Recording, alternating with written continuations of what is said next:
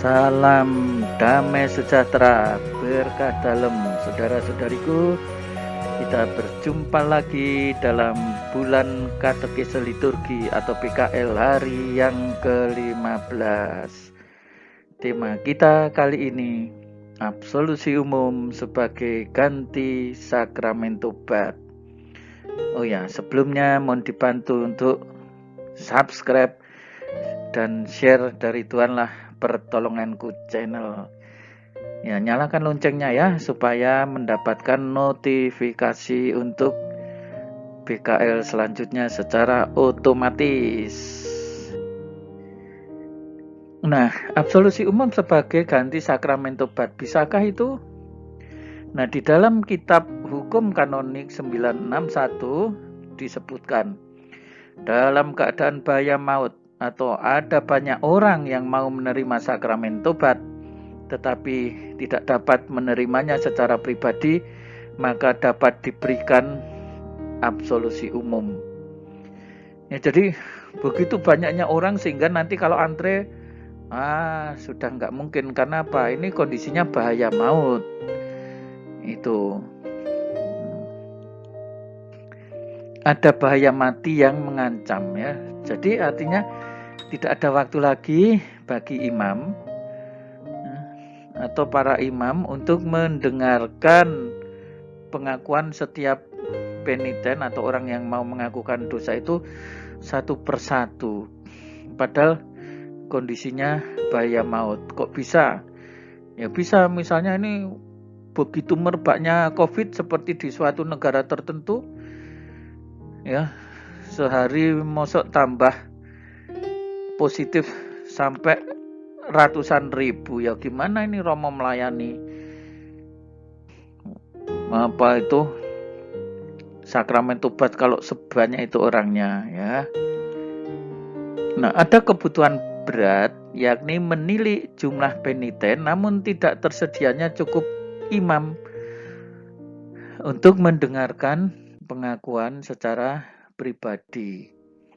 Ya, itu selain bahaya mati, sekarang ini permasalahannya romonya yang kurang waktu ya. Kalau ini tadi selain soal imamnya bisa jadi yang kurang waktu, orangnya terlanjur keburu meninggal. Gitu. Kira-kira seperti itu.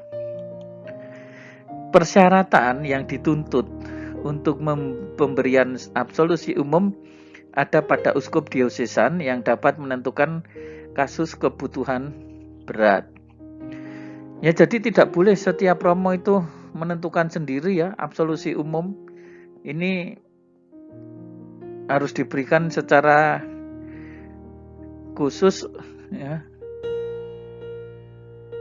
oleh Bapak Uskup. Artinya yang menentukan syarat-syarat terjadinya atau boleh diberikannya absolusi umum itu Bapak Uskup, bukan romonya itu menentukan sendiri masing-masing ya. Nah, orang-orang yang menerima absolusi umum harus diberitahu bahwa mereka harus menerima sakramen itu secara pribadi secepat mungkin. Ya, maksudnya ketika keadaan sudah memungkinkan, dia harus menerima sakramen tobat itu secara pribadi. Kalau enggak ya absolusi umumnya itu ya menjadi percuma ya toh. Seperti ya mengaku dosa tetapi penitensinya itu belum dijalankan, semacam itu ya, sudah pengakuan ya, tetapi apakah efektif atau tidak? Ya, yang jelas aturannya seperti ini, harus menerima sakramen. Ya, absolusi umum itu bukan sakramen ya. Tuh.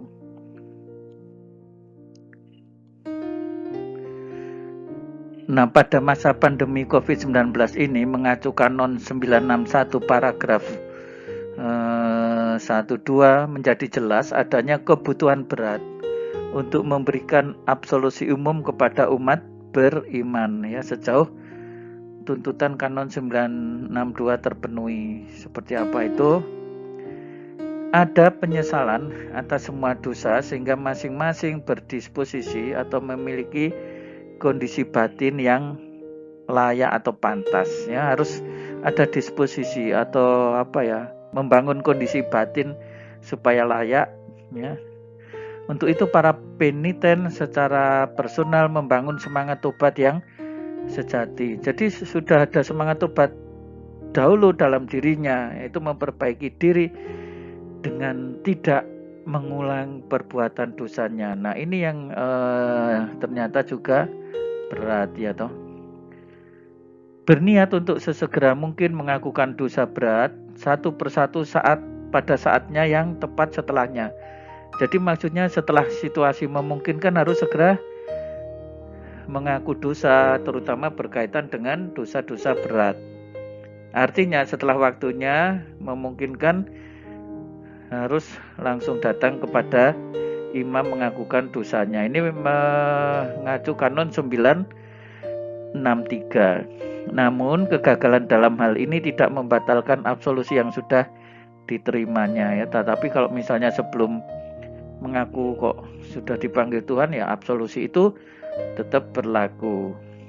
Nah, ini saudara-saudari, jadi absolusi umum perlu diketahui itu belum menjadi sakramen, ya, tetapi ya sudah bisa dalam kondisi tertentu untuk sementara menggantikan sakramen tobat. Kenapa saya sebut sementara?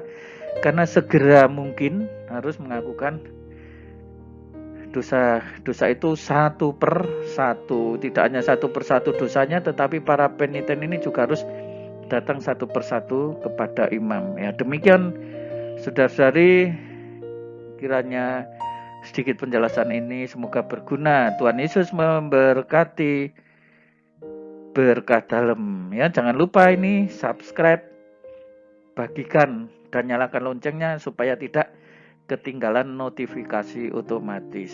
Tuhan Yesus memberkati. Saudara-saudari sekalian, pekerjaan saudara, aktivitas saudara, keluarga saudara dilindungi dan diberkati oleh Allah yang Maha Kuasa, Bapa dan Putera dan Roh Kudus. Amin.